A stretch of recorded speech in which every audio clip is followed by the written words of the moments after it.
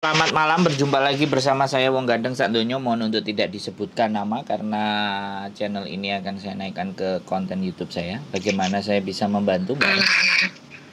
Oke oke Mas. Begini ya, langsung saja. Uh,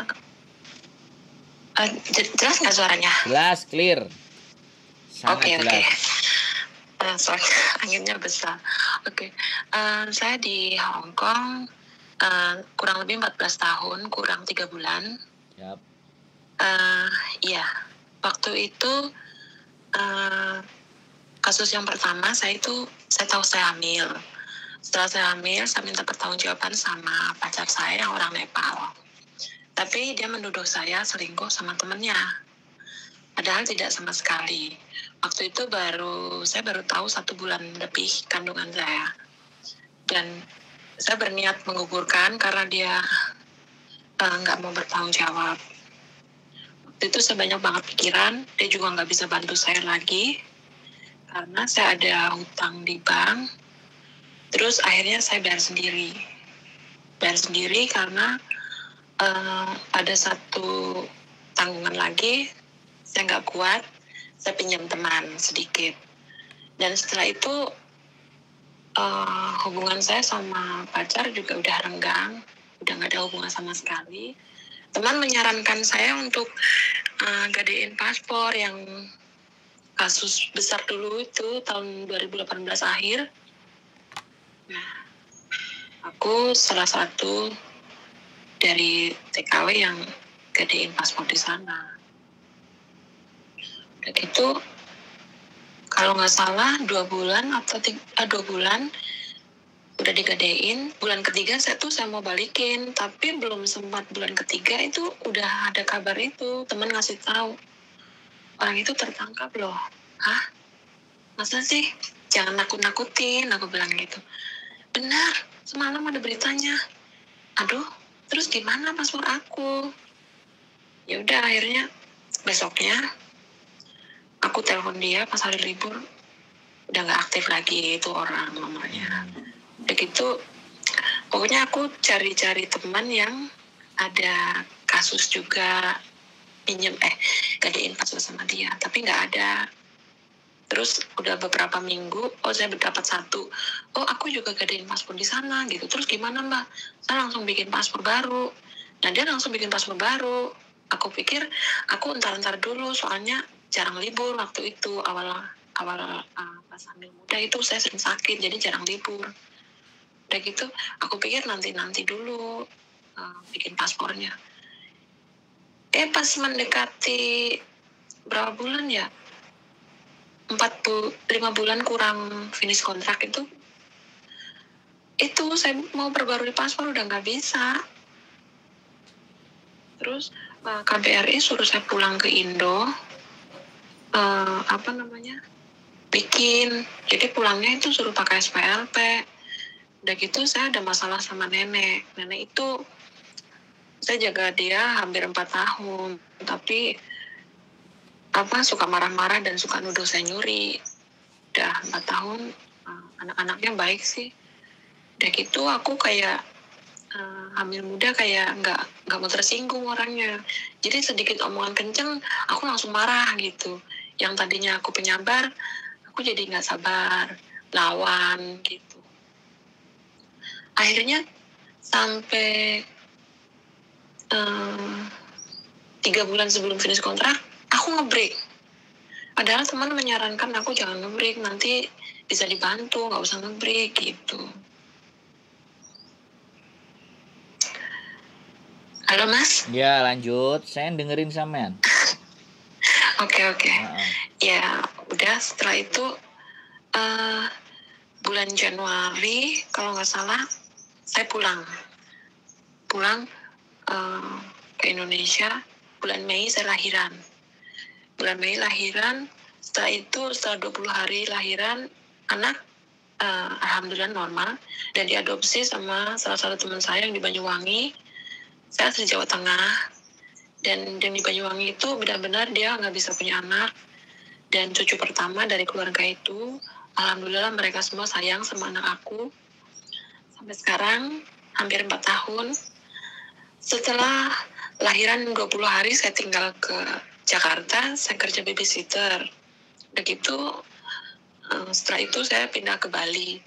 Di Bali kerja beberapa tahun, terus sekarang saya di Singapura baru 1 bulan. Kemarin saya mau daftar ke Hong Kong, tapi katanya saya di blacklist. Karena setelah saya cerita, saya masih punya sedikit hutang sama finansi ternama di Hong Kong. Dibilang saya di blacklist. Tapi saya nggak yakin kalau saya di blacklist.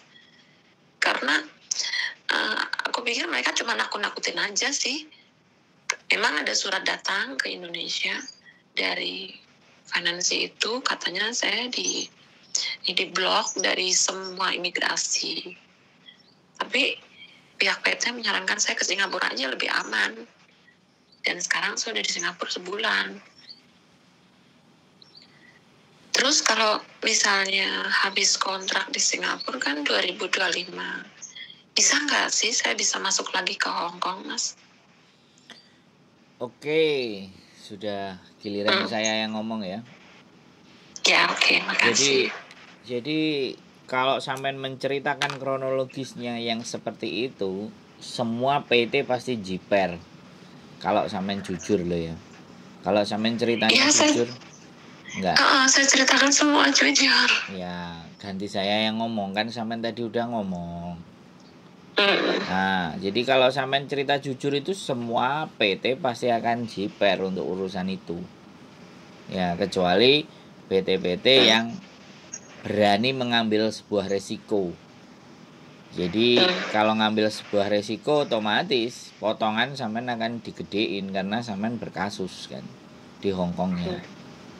Jadi kembali lagi harapan itu akan tetap selalu ada kalau menurut saya. Cuman kadang-kadang setiap PT minta kompensasi, jaminan dan ABCD gitu loh. Kayak kemarin itu ada anak yang juga pernah jualan di Victoria Park di Hong Kong, jualan gamis, ketangkap. Agennya yang di Hong Kong dia ngomong nggak jujur. Agennya yang di Hong Kong dapat surat dari imigrasi bahwa kasus kriminal yang terjadi ABCD bla bla bla bla kayak gitu kan. Nah, agennya minta potongan minta duit sama PT lebih gede lagi untuk jaminan bahwa anak ini nanti tidak meleset lagi. Jadi dan itu sudah sama PT ku udah ibaratnya dibantu dan tidak ada sudah kadung biaya proses dikeluarin sama PT. Anak ini harus terbang supaya bisa balikin uangnya. Akhirnya ya sudah, dia berangkat. Akhirnya ya kalau nggak diberangkatin malah PT-nya yang rugi karena dia nggak jujur. Jadi agennya minta jaminan. Nanti uang akan dikembalikan setelah hitungannya 3 atau bulan atau bagaimana. Pokoknya meminta keringanan karena anak ini bermasalah gitu loh dengan imigrasi. Jadi pada prinsipnya hal-hal semacam itu kalau PT-PT-nya biasa pasti sampean nggak akan diterima banyak. Tapi kalau PT-nya berani, nah ngomong dulu, kita jujur, bagaimana? Nah dia pasti bilang ya perjanjiannya begini dan begitu, sampean mau nggak kan kayak gitu biasanya. Nah, karena sampean ada catatan hutang dan sampean pernah SPLT. Ini ada dua hal berarti. Sampean dapat tanda dari KJRI satu, terus dapat tanda lagi dari imigrasi. Rekod nggak bayar hutang itu Hong Kong itu ketat banget gitu. Apalagi itu finance ya kan, lembaga resmi. Kalau rentenir kan nggak tercatat di Hong Kong. Kalau rentenir itu kan nggak kecatat gitu. Apalagi ngadain paspor dengan yang belakangnya ada tulisannya kayak artis itu kan di Jordan itu kan. Nah itu rame banget itu kasus itu yang sampai ngomongin itu Mr. X bla bla bla bla itu kan. Nah itu juga rame banget. Nah sekarang kalau seandainya sampean mau balik proses ke Hong Kong lagi ya cari PT yang tepat. Jadi seperti itu. Nek sampean jujur-jujur aja ya berat itu. semua PT pasti 100% saya garansi wis saya nggak bisa proses gitu. Gitu. Tapi kalau sampean tanya sama saya, ya saya tanya sama orang saya yang di PT sana, yang punya PT, Pak berani nggak begini begitu. Anaknya tak bilangin di depan. Nah kalau dia bilang di depan pasti nanti minta kompensasi dan ABCD, nggak ada masalah. Tuh rekodnya sampean luar biasa soalnya, istimewa rekodnya. Terus gimana? Makau bagaimana? Kalau Makau aman. Hongkong sama Makau. Kalau Makau ya kepingin banget. Ya udah ke Makau aja. Tapi kemarin cari PT yang ke Makau nggak ada. Langsung aja. Kalau ke Makau langsung aja. Kalau ke Makau lewat mana ya? Ya langsung bawa duit. Nanti kalau udah nyampe di Makau hubungi saya, teman saya yang nganterin ke agent. Oh langsung sendiri? Iya.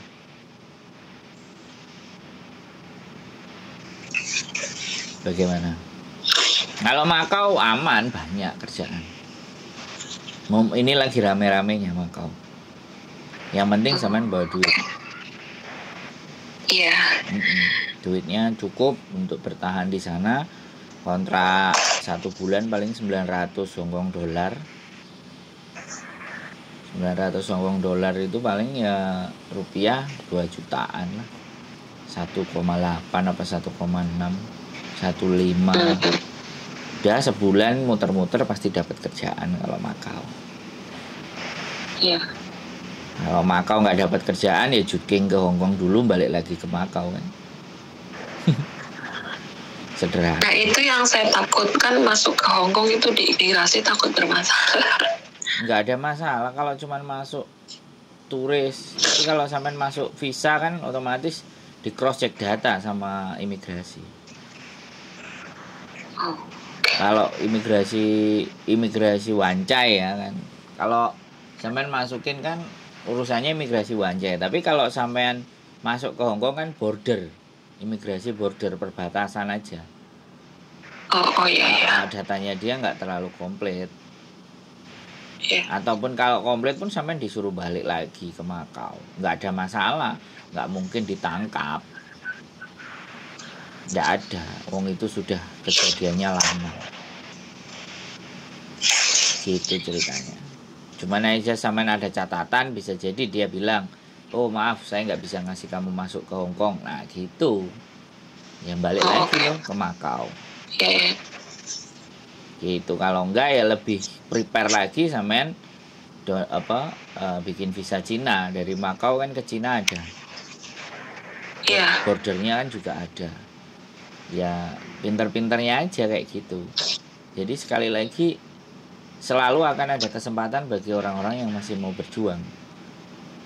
Mungkin sampean dibilang sama PT, semua PT akan bilangnya blacklist karena memang sampean jujur, ya pasti akan mereka biar lebih mudah aja ceritain, nggak kayak saya panjang kali lebar kan. Mereka biar gampang ngomongnya blacklist gitu aja. Jadi sekali lagi blacklist itu kalau sampean melakukan kriminal, pencuri, mukul, menganiaya, membunuh, itu blacklist. Mencuri itu dalam coklat, mencuri coklat.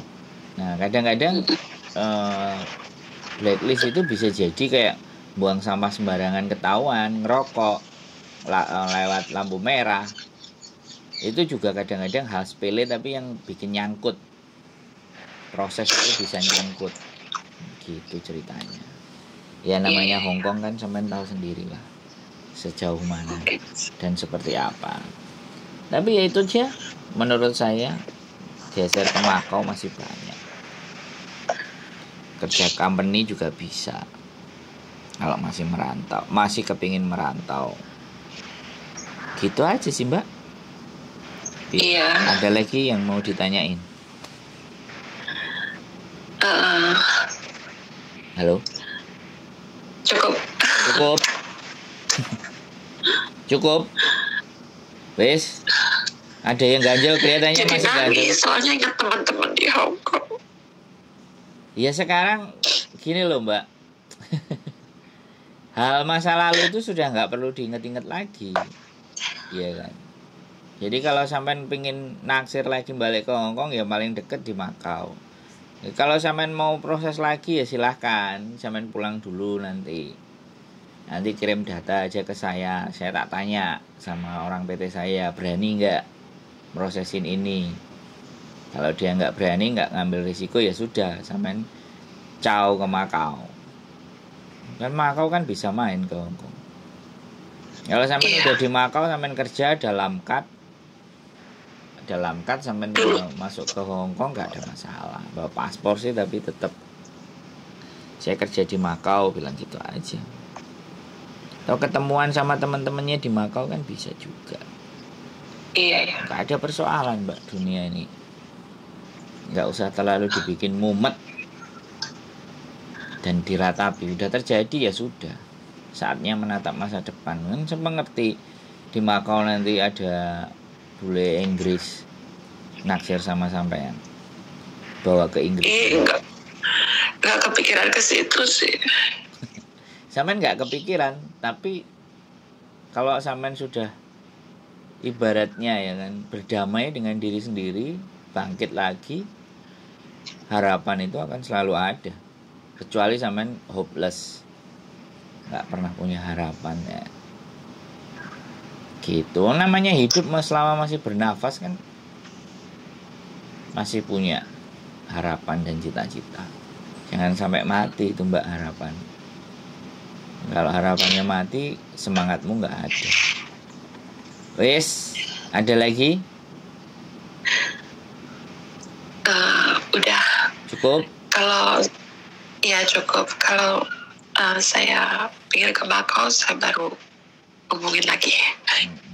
Oke, siap. Semangat. Terima kasih banyak ya Mas. Siap, semangat ya Mbak. Hidup masih panjang soalnya. Oke?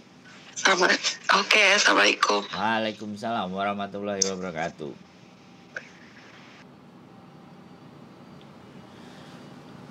Banyak orang yang punya masa lalu tidak seindah yang dibayangkan. Tapi ya begitulah kehidupan.